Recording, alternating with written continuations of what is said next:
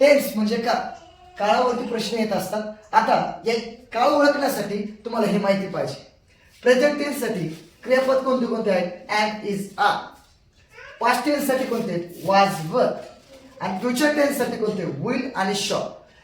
एवढं जर माहिती असेल तर तुम्हाला या प्रश्नाचं उत्तर लगेच मिळून जाईल। बघूया पहिलं, आय एम अ स्टुडंट। आता इथं काय एम आहे, या एम वरून कळतं काय ते काय आहे? Present tense. पहिलं वाक्य काय? Present tense.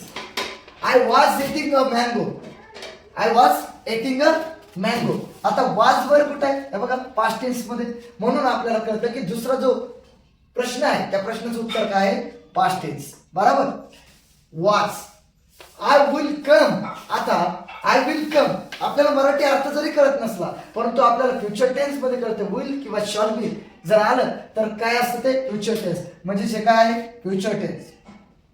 ओके, त्यानंतर चौथा, यू आर अ स्टुडंट। आता आपण ऑलरेडी शिकलो आहे ज्यावेळेस एम, इज, आर, इथं आर दिसतंय का?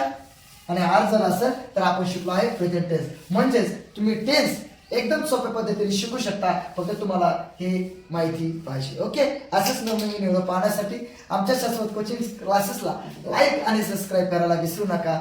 धन्यवाद।